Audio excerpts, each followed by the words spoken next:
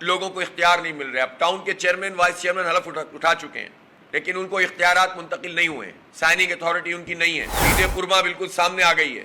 اب کسی جگہ پر اپنی پسند کے علاقوں میں اپنے جو سندھ سالڈ ویسٹ مینجمنٹ اور بلدیہ وزیر بلدیات کے تحت گاڑیاں زیادہ فراہم کی جا رہی ہیں, اور جو جماعت اسلامی والے ٹاؤنز ہیں مجھے اب اطلاعات ملنا شروع ہوئی ہیں کہ وہاں ڈنڈی مار رہے ہیں. یہ میں واضح کر دینا چاہتا ہوں کہ اگر یہ گڑبڑ کی گئی تو جماعت اسلامی اس پہ خاموش نہیں رہے گی, عوام کے ساتھ نکلیں گے ہم. عوام کے مینڈیٹ کی توہین نہیں ہونے دیں گے ہم. اس طرح سے فوری طور پر اختیارات منتقل کیے جائیں ٹاؤن کے چیئرمین وائس چیئرمین کو, چاہے کسی بھی پارٹی کے ہوں, تاکہ کام تو آگے بڑھ سکے.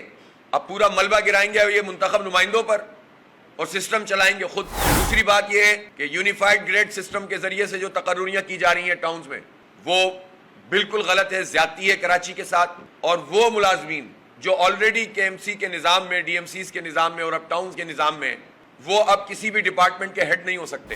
کراچی کا ڈومیسائل رکھنا اور کراچی کے سسٹم کے ذریعے سے آگے بڑھنا یہ اتنا بڑا جرم ہے پیپلز پارٹی کے نزدیک کہ اس کا کوئی سرکاری ملازم کسی ڈپارٹمنٹ کا ہیڈ نہیں بن سکتا, اور وہ انہی کے سسٹم کے تحت آئے گا. تو آپ اندازہ کر سکتے ہیں, پھر ان سے بات کرو تو یہ بلبلاتے ہیں. یہ ہے وڈیرا مائنڈ سیٹ کہ کسی کو اختیار ہی مت دو, پورے شہر کو ہڑپ کر جاؤ لیکن کسی کو آگے نہیں بڑھنے دو گے, اس شہر میں کسی کو ترقی نہیں کرنے دو گے, کسی کے ہاتھ میں کمان نہیں دو گے, تم وڈیرا شاہی سسٹم کو مسلط کر کے رکھو گے. تو یہ اس کی ہم مذمت بھی کرتے ہیں اور میں نے پہلے بھی اعلان کیا تھا کہ ہم اس کے لیے عدالت جائیں گے.